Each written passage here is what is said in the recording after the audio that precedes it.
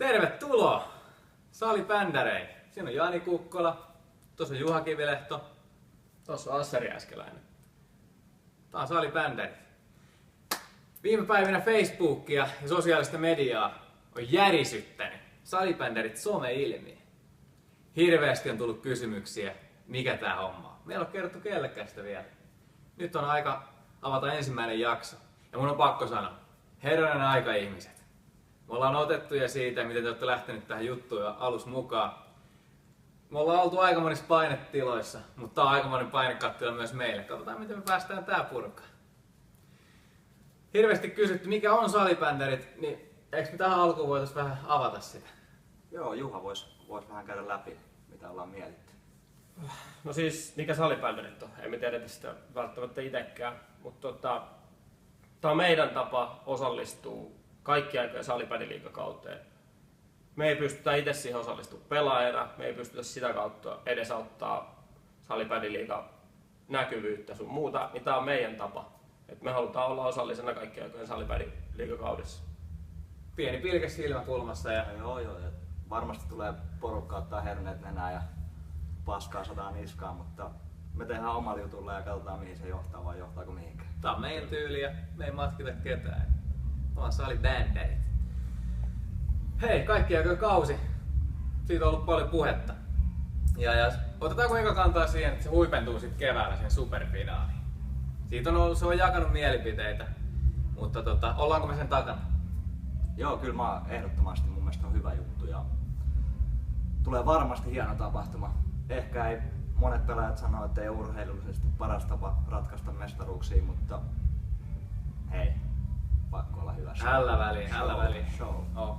Ja kerran se on nyt oikeasti päätetty, niin sit kaikki on se takana ja puustaa sitä ja vetää sen sykkeellä maaliin. Me ollaan osana sitä kanssa. Se on justiin näin ja se on kumminkin se on kaikille tiedossa jo ennen kausi alkaa ja kuten se yleensä urheilussa menee, paras voittaa aina.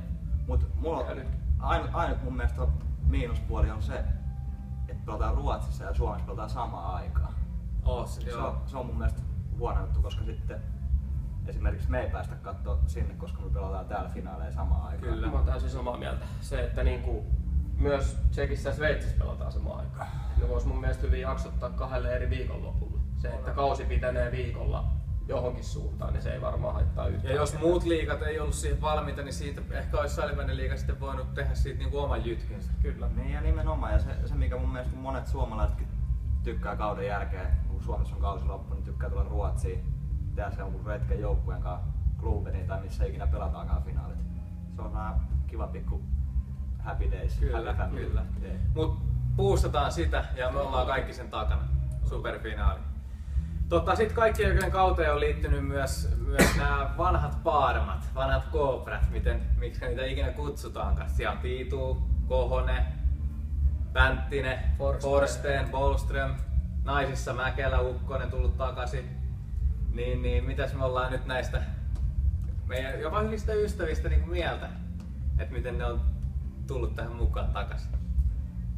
No joo, kyllä mä näen sen ihan positiivisena juttuna, että paljon on saanut kundit media-aikaa ja varsinkin laji sitä kautta, että on palannut takaisin kotimaiseen liigaan. Ja mun mielestä on ollut hyvä startti noilta uusilta kundeilta, ketä siellä on ollut. On ehdottomasti. Mitä Juha?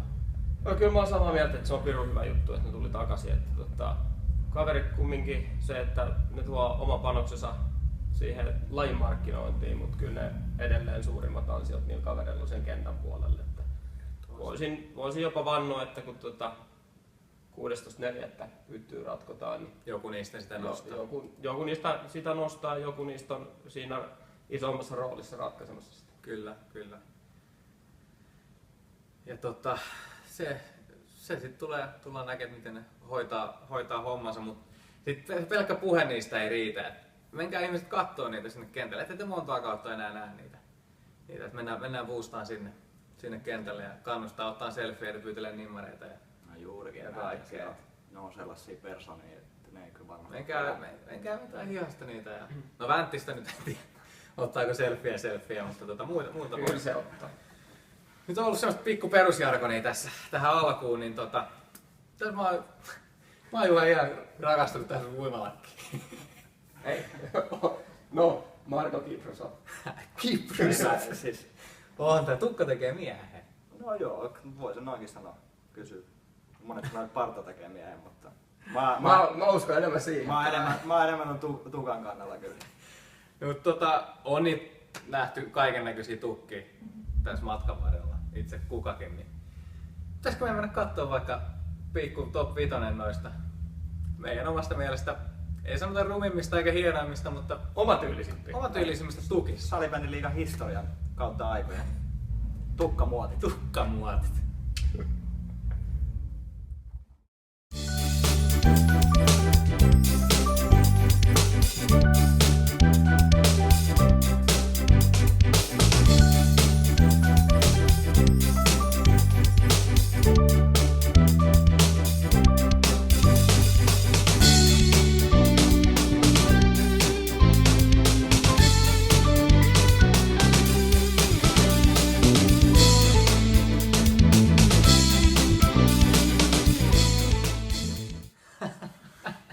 Olihan siellä kaiken näköistä. Oli pakko sanoa, että kyllä mä oon aika tyytyväinen, että mulla ei tukka kasva.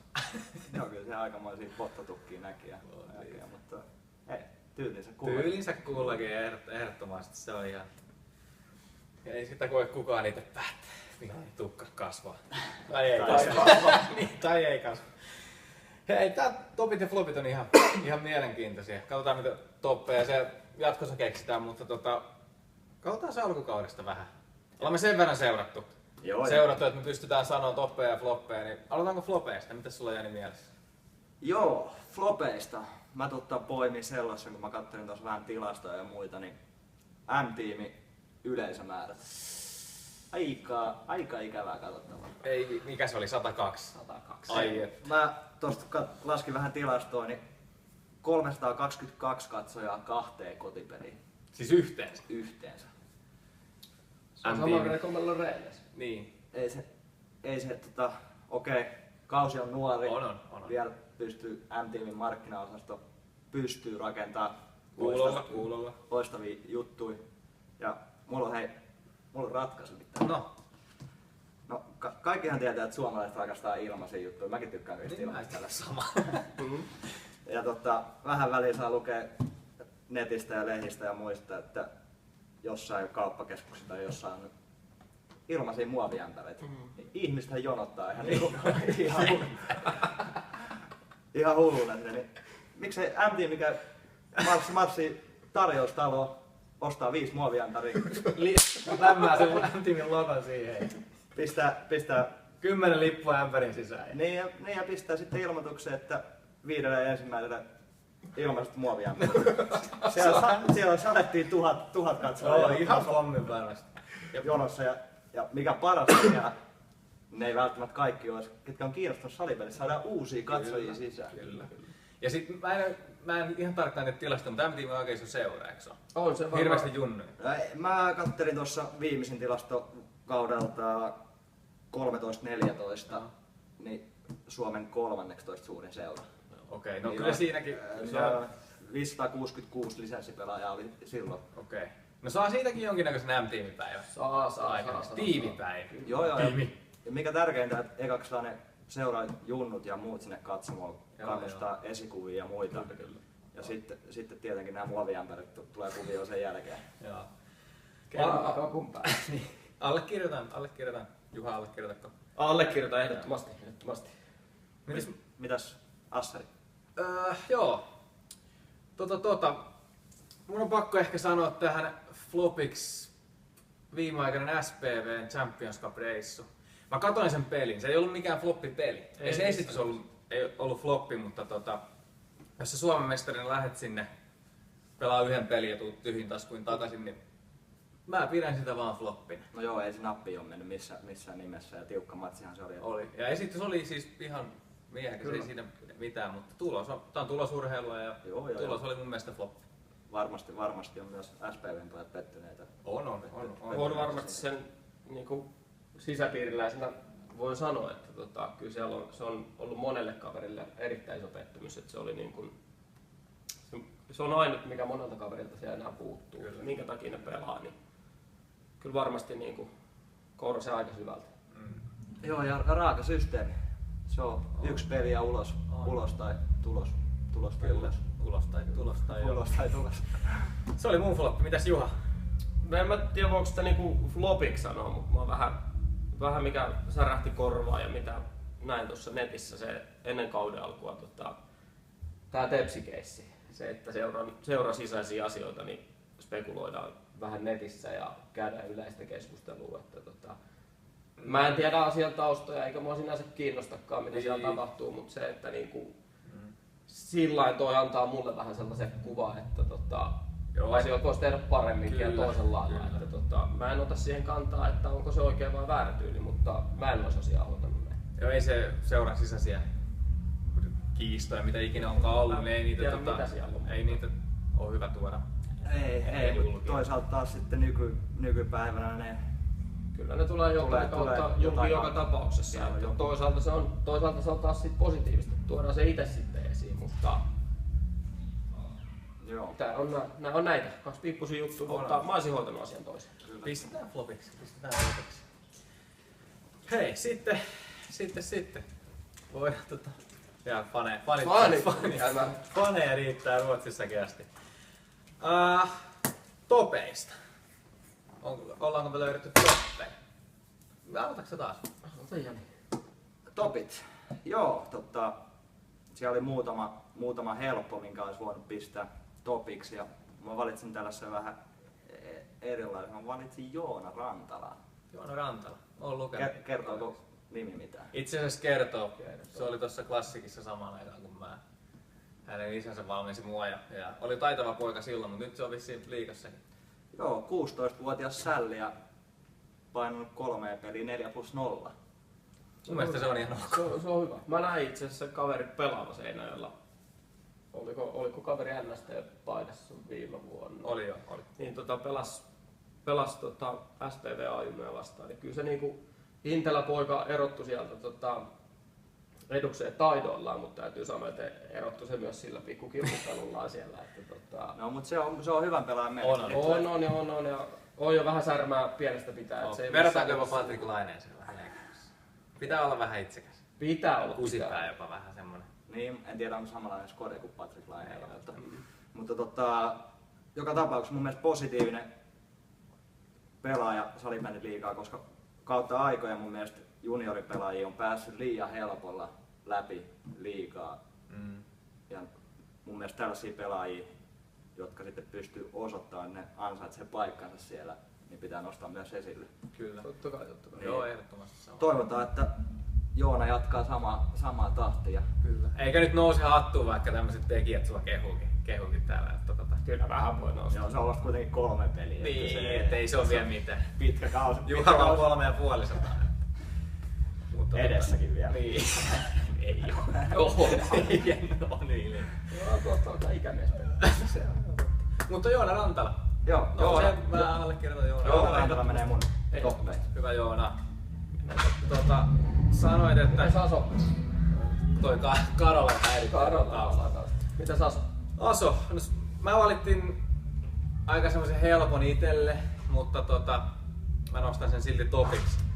Jos Klassikilla on yli 1000 katsoja peleissä, se on vähän niin pistelausessa nykypäivänä. Siellä on taas Passu Peltola aamu 4 aikaa Henkan tiskillä saanut kuningas idea, että laitetaan festarit pystyyn. Ja ne on laittanut festarit pystyyn. Että tuommoista tapahtumaa, niin kuka se rakentaa palloilu-urheilussa? Mistä pääsee nauttimaan tuommoista tapahtumasta? Kentällä on hyviä pelejä aina, siellä on meininkiä katsomassa, siihen panostetaan, siellä yleisö viihtyy siellä. Nyt se on viety taas uudelle levelille. No joo, vaikka tässä paistaa vähän äijän Classic sydän, mutta joo, kyllä tässä niinku vastapainoa voi sanoa, että M-tiimi voisi ottaa mallia sieltä suunnalta, että miten tehdään asiat. Totta kai Helsingissä kilpailu on ehkä hivenen kovempaa katsojista kuin Tampereella, mutta kuitenkin. Se täytyy muistaa, se on 10 kertaa enemmän katsojia. Ja se siinä on kaikki oikeasti mietitty kaikki. Siellä on se kermakakun päällä on Klassikin lippu, siellä on kaikki mietitty valmiiksi. On se vaan toppi vuodesta toiseen. Joo, ei nostaa hattu. Ei voi sanoa muuta kuin allekirjoitan tämänkin. Hyvä, kiitti. Toi Juha, toppi.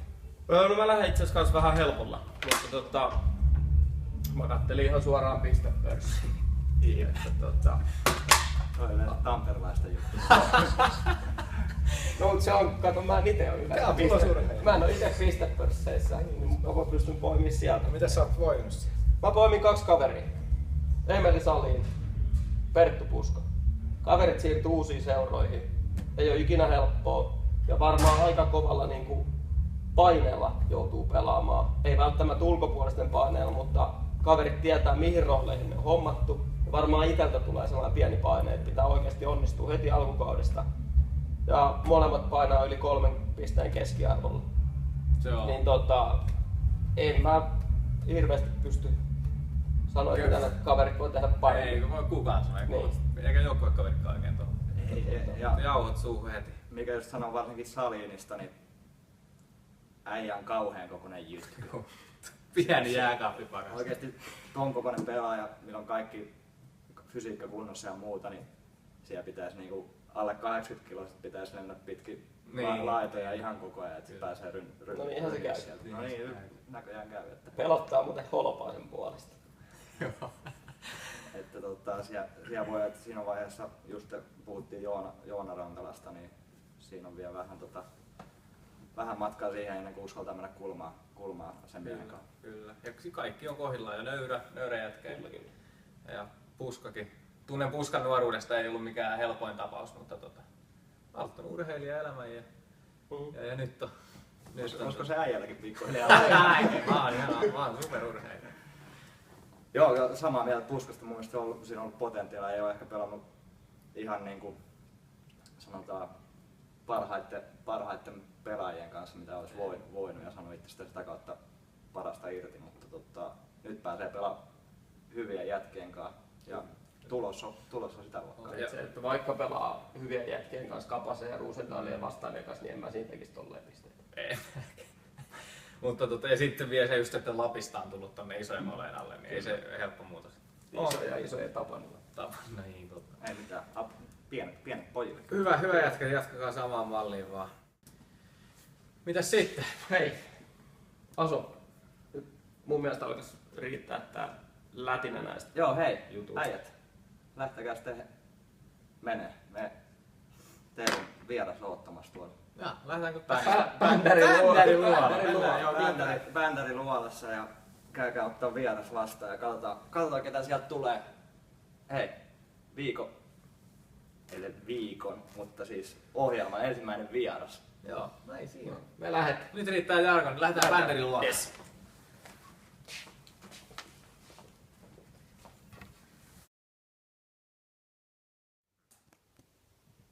Petteri Kotilainen, terve! Morjes. Mennäänkö englannin kielellä vai suomen kielellä? Laitetaan ruotsilla tää. Onko suomella? Eli suomella mennään. No minkälainen rytke siellä Jyväskylässä on tänään päällä? No just pyyhin mun loput pyllyt tossa joukkoille. Lähdin sit ärkioskilla kohta. Sä oot töissä ollut tänään. Töitä on tehty. Se on oikein. Hei, salibändimaailmalla on levinnyt semmoinen termi kuin hirvirytke. Pystytkö sä vähän avaamaan salibändin kansalle, että mitä tää hirvirytke oikein niinku tarkoittaa? No sanotaan näin, että kaikki ketkä on käynyt Monnorilla kattoo peliä, niin tietää mikä on hirvirytke. Ja sitten ketkä on nähnyt hirviä tuolla yössä, niin tietää myös. Mutta Kuosmosen Topi on hyvä esimerkki siitä hirvirytkeestä. Eli jalkatopi.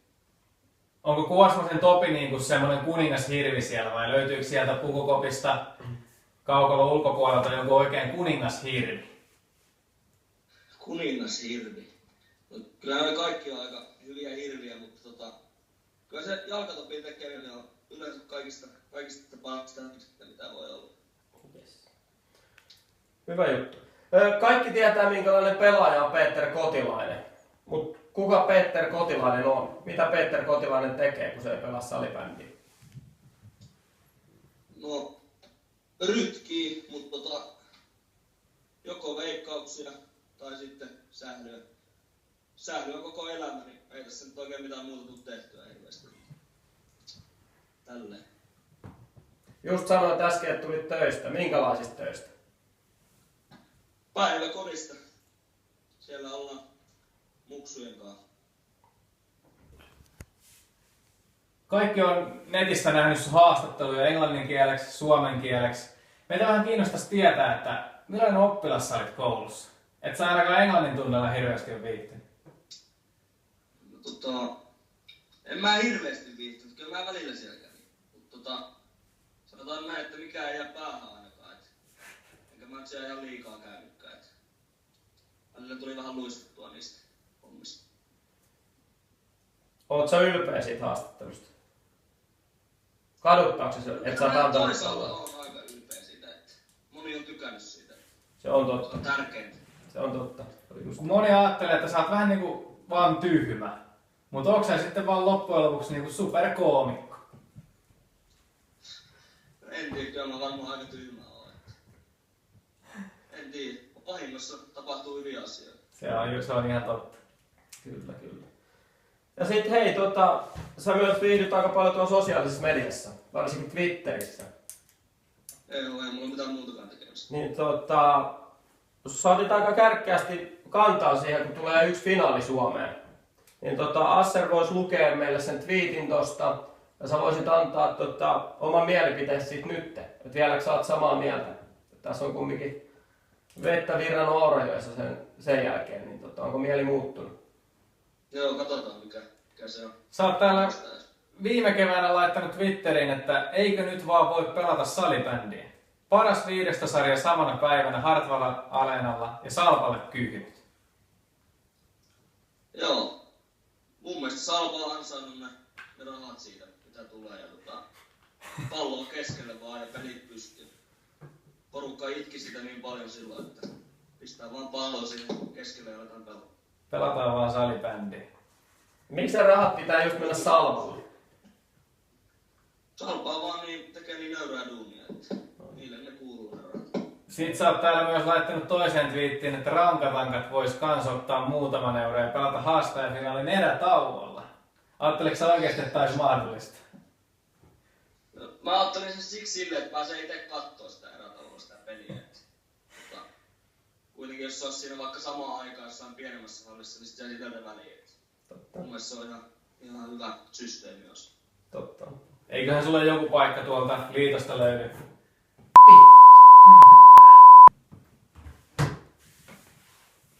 Ei kun Pauli yritti soittaa. Mä sanoisin, että nyt turpaa kiinni. Okei. Noniin. Jatketaan. Mä näen. Onks valmis? Noniin, jokaisella meillä on esikuvia. Kuka on Peter Kotilaisen esikuva?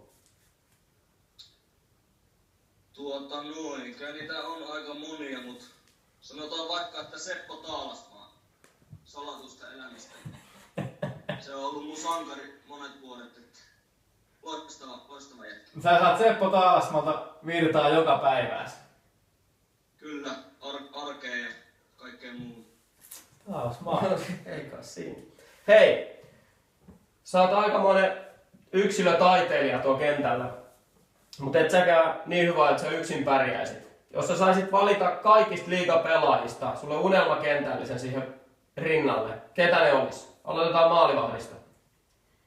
No se on ihan selkeä, eli Monthanin Jarkko. Kaikki varmaan tietää, ei tarvi sen kummemmin esitellä kaveria. Ja sit puolustajista niin Rister Savonen on hyvä, erittäin hyvä ystävä tuolta Tampereelta. Ja sitten myös todella hyvä pelaamaan. Ja sitten Otto Tikka, se kuuluu kans mun kenttään. Ja sitten laitetaan hyökkäykseen vaikka Johanssonin Sami tekee paikasta kuin paikasta maaliin. Ja sitten vaikka vielä joku, kyllä se on Jokisen Johannes ehdottomasti, että loistava tutkapari. Eli Peter Kotilaisen Dream Team kenttä. Kotilainen, Jokinen, Johansson, Savonen, Tikka, Monthan. Mitä Juha oot mieltä? Pärjäisikö täällä liigassa? No varmaan 0-0 pystyy jotain joukkuetta vastaan pelaamaan. Mutta ihan... Se on jotain muutakin kuin hoppeita, mä veikkaan. Luuletko? No niin. Ei se välttämättä, ei välttämättä kyllä siinä bronssia Rossiko osaa? Niin kyllä. Hyvä. Sitten sellainen, kuka on sun inhokki vastusta, inhokki pelaaja? Ketä vasta sä et tykkää pelata? Kyllä se on Hakosen Petri, mä en yhtään välitä siitä kentällä sitten toveista. Ihan hyvä äijä se on sit muut. Mikä siitä tekee niin inhottavan? Sikkailee mun mielestä aika paljon, että ainakin meitä vastaan nyt osunut, että se on jäänyt mieleen sieltä. Se on suoraa puhetta. Mitkä ei kuulu säänpäin. Siitä lähti Hakosen Petelle terveiset. Jos mennään vähän ajassa eteenpäin, niin mua kiinnostaisi tietää, missä Peter Kotilainen on 7 vuoden päästä. Mitä sä teet silloin? No todennäköisesti harrastan sählyä bändissä ja sitten syön sipsuja, hippiä ja asun varmaan jossain kämpässä todennäköisesti. No niin. Kuulostaa ihan hyvä. Nytkin hirvissä. Se kuulostaa oikein hyvältä tulevaisuudelta. Hei, meillä on loppuun legendaarinen 7 nopeeta kysymystä. Se, mikä ekana tulee mieleen sanasta, niin sanot siihen oman kommenttisi. Aletaan rytkiin vaan. No niin. Ensimmäisenä pörssi. Pörssi. Sipsit ja dippi. Herkku. Pulkkinen. Seppo. Peter Kotilainen. Jytky. Urmas Henri. No jaa. Hopea. Väri. Hieno väri. Mitalli. Saavutus. Monta niitä sanoja piti olla? 1. Se oli hyvä vastaus. Joo, hyvä vastaus. Kelpaa meille. 2 maalin johto. Pahin mahdollinen. Hyvä. Kiitos Peter. Sä olit salibändereiden ensimmäinen haastateltava, ensimmäinen vieras. Miltä nyt tuntuu? Aika tyhjät on fiilikset kyllä. Ei siinä, ihan kiva oli olla. Kiitti kutsusta. Mitä sä haluaisit lähettää tämän salibändereiden katsojille ja muutenkin salibändifaneille terveiset vielä loppuun? Muistakaa rytkiä mahdollisimman paljon vaan joka päivä. Ei siinä, ei muuta. Hirvi rytkettä vaan. Hyvä. Hyvä Pete. Kiitos tästä. Kiitos tästä. Päivän jatkoja. Morjes. Se on moro.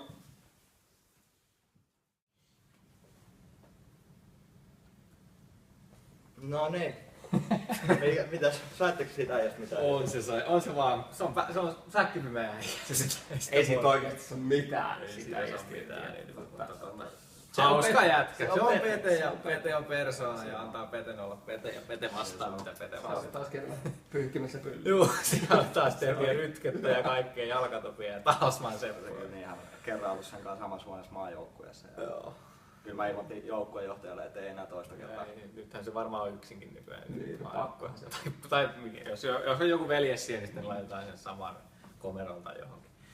Mutta kiitti Petelle vaan, siinä oli eka vieras. Ja eiköhän se ole aika pikkuhiljaa laittaa jaksoon niin sanotusti minttiin. Hei, eka jakso purkissa. Kyllä.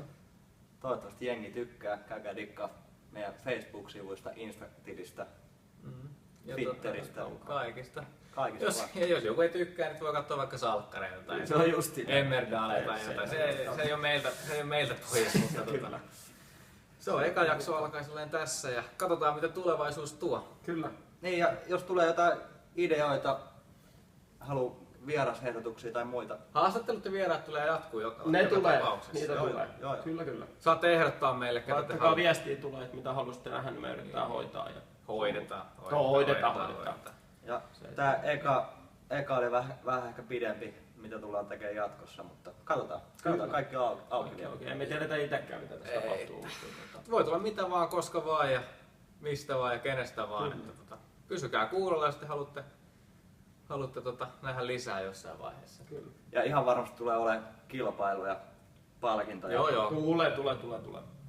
Ja mä voin sanoa sen verran, että myös mä rakastan niin paljon itse naissalibändiä, että kaikki naiset siellä ruudun takana, niin tullaan varmasti käymään teitäkin sinne läpi, varsinkin kun MM-kisat lähestyy ja tollain. Joo. Mut se tästä. Alkaisiko se olla näin siinä? 3 bänderiä. 1, 2, bänderi! Just. No niin. Eikö lähtö? Oi, se oli toinen hyvä. 1, 2, bänderi! Olis toi hyvä?